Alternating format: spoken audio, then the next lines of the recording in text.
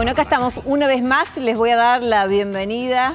Un placer el programa del día de hoy, el nivel sobre todo de mis invitados. Tengo a mi lado, a mi derecha en particular, a Yuyo Noé, artista plástico, crítico de cine, escritor. Ha vivido en Francia, ha vivido también en Nueva York y lo tenemos nuevamente en la Argentina. Qué placer, qué invitado. Gracias, mil gracias por aceptar nuestra invitación y estar acá. Bueno, y esto, y lo trae una muestra que ya fue presentada inclusive en Buenos Aires y ahora los cordobeses vamos a tener la posibilidad de verla. Sí, inauguró el jueves.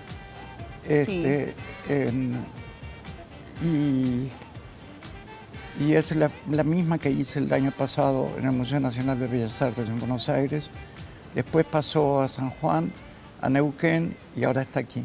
Bueno, y en un segundo nos va a estar contando de qué se trata y por supuesto de esa vida tan rica que le ha tocado vivir. Marcelo Taborda, analista internacional, periodista de La Voz del Interior, también con muchos temas para seguir tratando.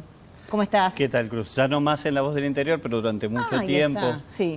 Okay. en el diario. Es como que quedás ahí, ¿no? Sí, es verdad, es verdad. Lo que pasa es que fueron 25, casi 26 años ahí. Bueno, gracias por estar acá. Daniel Gataz, analista político. Hola, Cruz. Vamos a hacer un repaso contigo de lo que han sido estos 35 años de democracia. Con todo gusto. Gracias por estar acá. Por favor, un placer. Guillermo Borelli es quien preside o es el secretario general de Simpecor, el Sindicato de Petroleros de Córdoba, con una propuesta sobre todo para el fin de año, para un mes de diciembre, que suele ser revoltoso, interesante. Van por la paz, ¿no? Estamos intentando hacer esto, nos hemos acostumbrado a un diciembre con un cierto caos, y este año se le ocurrió, no es mía la idea, pero la adoptamos como propia, intentar que este diciembre, un deseo de un diciembre en paz. Bueno, un hashtag, inclusive están utilizando, ¿no? Es ¿Deseo diciembre en paz? Deseo un diciembre en paz. Deseo un diciembre en paz. Bueno, por supuesto que lo deseamos todos. ¿Contento con estar en la Argentina, Yuyo? Bueno, yo vivo en Argentina. Sí, claro, pero digamos, de traer la muestra acá y que la podamos disfrutar sobre todo en el interior. Sí, por supuesto. Por supuesto que estoy contento. Para mí es fundamental tener la dimensión de país. Incluso en una época, en el Centro Cultural Borges de Buenos Aires, dirigía un espacio que se me ocurrió proponerlo, que se llamaba Ojo al País. Porque nosotros si no estamos, creemos que nosotros reducimos la dinámica cultural de Argentina a la ciudad de Buenos Aires. Así que, y caemos en lo que podemos criticar de los países centrales, que creen que dominan todos los panoramas culturales, y lo que no saben es porque no existe, no tiene importancia. Entonces expresan lo que ignoran. Y eso es una cosa importante en cierto modo, pero que nosotros, los porteños, hacemos lo mismo con respecto a las provincias. Y esta muestra en particular, ¿qué relata? ¿Con qué se encuentra uno? No, que relata, no hay relato, pero hay... Pero uno entiende un relato a través de una obra, ¿no? No es una... están todas mis épocas, pero no es una retrospectiva. Más bien, el nombre que tiene es prospectiva, porque a mis 85 años todavía tengo proyectos de hacer una cantidad de cosas y proyectar, y un poco me cansa que me aten siempre a mi origen de la generación del 60. Y bueno, entonces la exposición no está ordenada cronológicamente, sino que está mezclada época según líneas. Uno va y viene en el tiempo. Que la curadora, que Cecilia Ivanchevich, estableció. Ajá. Uno va y viene en el tiempo a través de las obras. Y digo, ¿no? Le puso perspectiva a esta muestra. Sí. ¿Qué tiene en mente para el futuro? Bueno, ante todo poder vivir. Ahí está. Tengo 85 años. Yo no le tengo ningún miedo a la muerte, pero sí a la muerte en vida. Tener problemas.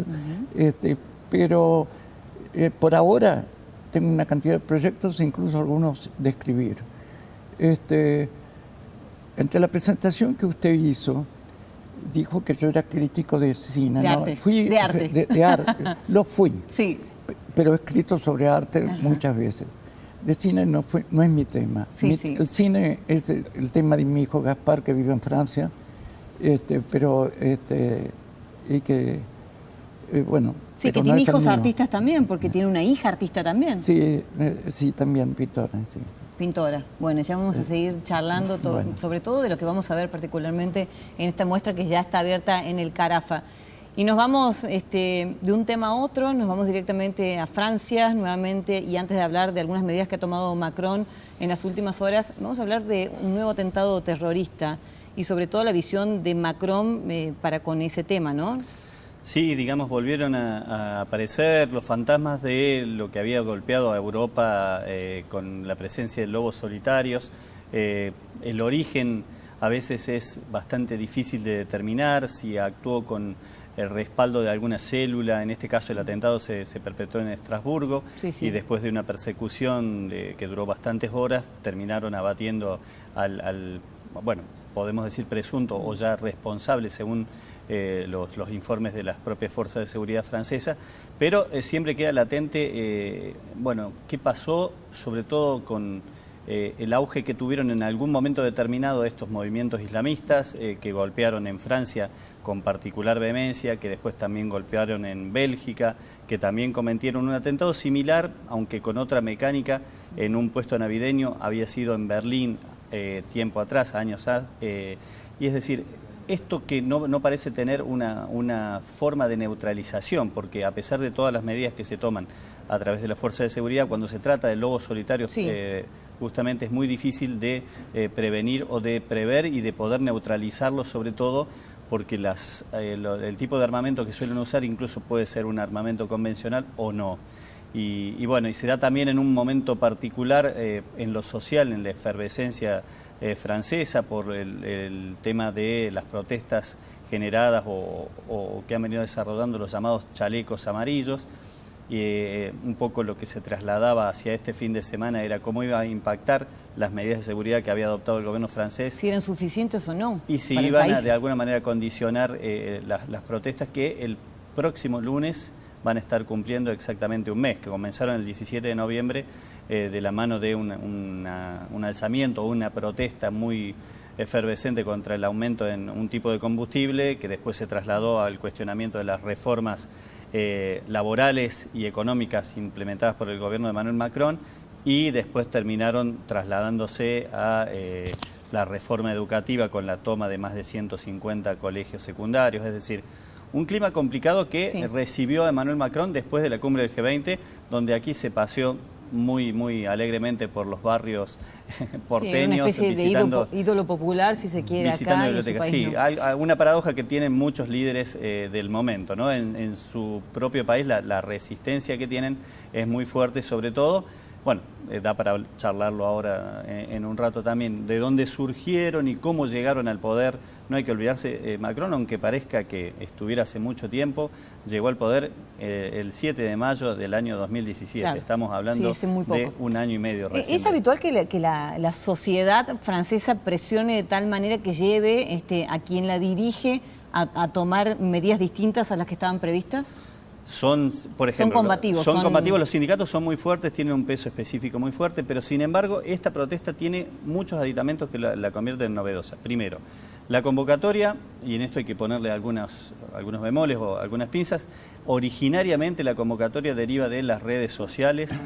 Yo no diría ya a esta altura pensar que las redes sociales son algo totalmente espontáneo, porque quien tiene la capacidad de movilizar por las redes sociales es porque tiene mínimamente un dominio de ellas, un conocimiento, una capacidad para poder convocar, y generalmente tiene un respaldo que, aunque no se conozca inmediatamente, después va apareciendo con el correr del tiempo. Pasó en Brasil, por ejemplo, con las protestas previas al impeachment a Dilma Rousseff, con la victoria de Bolsonaro. Es decir, hay quienes están detrás de las redes, no es algo mágico, pero sí sorprendió lo variopinto del la gente que concurría y se movilizó en las calles. La primera manifestación convocada, que fue el 17 de noviembre, congregó a más de 300.000 personas. Después se incrementó y luego empezó a decrecer, pero creo que al mismo tiempo que crecía la violencia, mucha gente ya dejaba de simpatizar con este tipo de movimientos. Pero sí hay que decir que integra a descontentos que van desde la extrema derecha o la ultraderecha, que probablemente hace un año y medio votara por Marine Le Pen y el Frente Nacional, a la extrema izquierda y a grupos que son, por ejemplo, que respaldaron a la izquierda insumisa de Jean-Luc Mélenchon, que es quien terminó cuarto en esa primera vuelta, en la que también fue atípico, y hay que arrancar tal vez de ahí. En esa última elección en Francia hubo 4 fuerzas que terminaron muy parejas. Entre el 24 y el 20% estuvieron los 4 candidatos principales. Y el Partido Socialista, que era el que detentaba el poder en ese momento, apenas sacó el 6,5%. Eso ya hablaba de un descontento social que se ha ido potenciando con estas medidas y que prácticamente tiene comunes denominadores en distintos países de Europa, en Italia, en Alemania, lo vemos también en otros países que eran de la Europa central o del este. Es decir, hay un descontento con un modelo que también se reflejó con el Brexit a mitad de camino, de lo que está pasando. Ahora vamos a hablar de eso en segundos nada más. 35 años ya de la democracia argentina y entre los puntos a favor o los beneficios, no han habido rebeliones, ¿no? Intentos de derrocar un gobierno elegido por la gente y de alguna manera nos distanciamos de países que tienen una democracia a lo mejor mucho más larga, más extensa, más madura, que se han sufrido ciertos empujones. Por ahora la Argentina no, ¿no? Bueno, ha habido algunos episodios, sí, como los levantamientos cara pintada en algún momento, ¿no? Allá por el año 1987, pero al margen de eso parece mentira que hayamos transcurrido 35 años desde esos famosos actos enormes que había en esa época y que encabezaban por un lado Raúl Alfonsín y por otro lado Luder como candidato del peronismo. Y una democracia que es absolutamente imprescindible, que todos hemos aprendido esa lección, pero por otro lado con una enorme cantidad de deudas sociales, por ejemplo, fundamentalmente. La falta de unión, a lo mejor. No solamente la falta de unión, los enormes niveles de pobreza, la fuerte concentración del ingreso y sin lugar a dudas una grieta que separa una sociedad de manera sumamente marcada y que yo creo que está absolutamente alimentada por los dos sectores que están justamente de los dos lados de la grieta, ¿no? Es un trabajo, me parece, que hacen todos los días a través de equipos de trolls, un poco lo que decía Marcelo, ¿no? La enorme importancia de las redes sociales y que la gente que trabaja o que participa genuinamente haciendo algunos comentarios en redes sociales prácticamente se retira porque ante cualquier comentario genuino que vos podés hacer y honesto, de acuerdo a tu pensamiento, te atacan con una virulencia que realmente sorprende, ¿no? ¿Qué opinión tenés, Daniel, en relación a los gobiernos? Porque se dice también que son gobiernos debilitados los que terminando los mandatos aquí en la Argentina. Bueno, yo tengo una teoría. Todos, ¿no? Y sin importar a qué partido pertenezcan. Yo tengo una teoría. Bueno, el gobierno de Alfonsín, que fue quizás el que tuvo que enfrentar la época más difícil, porque todavía digamos, el partido militar, por decirlo de alguna manera, tenía un enorme poder, tuvo que retirarse 6 meses antes, entregar la banda 6 meses antes a Carlos Menem. Pero digo, tengo una teoría en el siguiente sentido, de que la vieja estructura de los 3 famosos poderes que uno imaginaba allá en el proceso constitucional de finales del siglo XIX, hoy por hoy no es así, ¿no? Porque hablábamos de un fuerte poder ejecutivo, un fuerte poder legislativo y un fuerte poder judicial. Hoy yo creo que hay 2 grandes poderes. Los otros 2 me parece que han quedado enormemente debilitados. El primer gran poder me parece que es el poder judicial, aunque parezca curioso, profundamente desprestigiado, pero capaz de detenerte, meterte preso o dejarte en libertad, ¿no? Lo cual es una presión importante. Y un segundo sector caracterizado por los medios de prensa, entre los cuales incluyo las redes sociales, que son capaces de lapidar a una persona en un momento o de hacerla presidente. Bueno, vamos a meternos con los gremios, ¿no? Que siempre se los ha tildado de combativos, entendiendo siempre que en busca de defender los derechos de los agremiados, pero que en esta oportunidad han decidido mostrar una cara distinta, ¿no? Llegando a diciembre. ¿Cómo surgió esta idea de aunarse y tratar de que no pase nada en diciembre, de bajar un poco las aguas? somos combativos, ¿no? Sí, son combativos. Solamente que hemos optado o hemos tenido la idea es de un colega que es Gustavo Pedroca, y nosotros tomamos cuando tiró la mesa de un espacio que compartimos, lo hemos tomado como propio y cada una de las instituciones que integramos ese espacio ha empezado a implementarla de acuerdo a la estructura, de acuerdo a las posibilidades. Pero nos parece brillante que tengamos un diciembre lo más tranquilo posible y en paz, nos pareció brillante. Vamos a seguir, no con esto no renunciamos a nada. ¿Qué significa? Claro, no renunciar, pero a lo mejor patear algunas y vamos a discutir en enero, adelante. En otro mes, son 30 días, 31 días, tenemos 11 meses para seguir discutiendo la defensa de nuestros derechos. Son 31 días que queremos en un mes tan sentido como diciembre, podríamos decir por qué no fue noviembre, pero el mes sentido es diciembre, ¿no? De todo lo que significa para nuestros hijos, para nuestros padres, para la familia y para la comunidad en general. Por eso esta idea nos parece fantástica, hemos invitado a todo el mundo a que se sume, hemos conseguido ¿Y qué respuesta han tenido, no? Porque una cosa es plantearlo uno, ¿sí? Fantástica. La comunidad en general la está adoptando increíblemente. Muchos empresarios, muchos deportistas, lamentablemente no muchos colegas. Ajá. Porque todavía el movimiento está que si estás en un lado, estás en otro, y nosotros la verdad que le sacamos protagonismo a las instituciones. Nosotros estamos en la calle intentando contagiar a la gente para que el deseo sea de todos. Y no hay ningún logo de nadie, solamente el hashtag en las banderas, en las remeras, en las gorras. ¿Y la acción en la calle en qué consiste? Entregamos remeras, calcomanías, gorras, para que todos lo implementen a ese deseo y lo adopten como propio. Pero no hay ningún logo de ningún sindicato, ninguna organización, absolutamente nada. Y bueno, hay colegas que todavía no los podemos entender, ¿no? Nos falta, el movimiento obrero creo que le falta madurar mucho y unirse mucho más, ¿no? Bueno, y hablando de petroleros en particular, ¿alcanzaron una paritaria hasta ahora de cuánto, sin cerrar el año? Nosotros tenemos cerrado por 9 meses el 30% y nos tenemos que juntar en enero. Sí, está pateando un mes más. A discutir los últimos 3 meses, porque nosotros discutimos desde el 1 de abril hasta marzo, así que nos faltan los últimos 3 meses para cerrar el año. Los empresarios y la Cámara, en este caso una federación en Córdoba, han ofrecido el 10% por los últimos 3 meses, nosotros nos pareció insuficiente, pero estamos sentados en una mesa de diálogo discutiendo. La última, antes de irnos a la pausa, Guillermo, se supone que el gobierno va a pretender una especie de tope para paritarias para el 2019. Y en ese caso, ¿cómo se actúa? ¿Qué opinan? Dudo que algún gremio quiera cerrar algo sin una revisión, ¿no? Ajá. Es muy incierto. Este año, ¿te acordás que el tope era el 15? Sí, estamos muy lejos, claro. Estamos bastante lejos, ¿no? La noticia de hoy fue el 48%. Sí, claro. Entonces estamos muy lejos, por lo menos nosotros no vamos a cerrar si no es con una revisión periódica, como lo hicimos este año, que nos quisieron cortar esa posibilidad y nosotros hicimos 3 revisiones.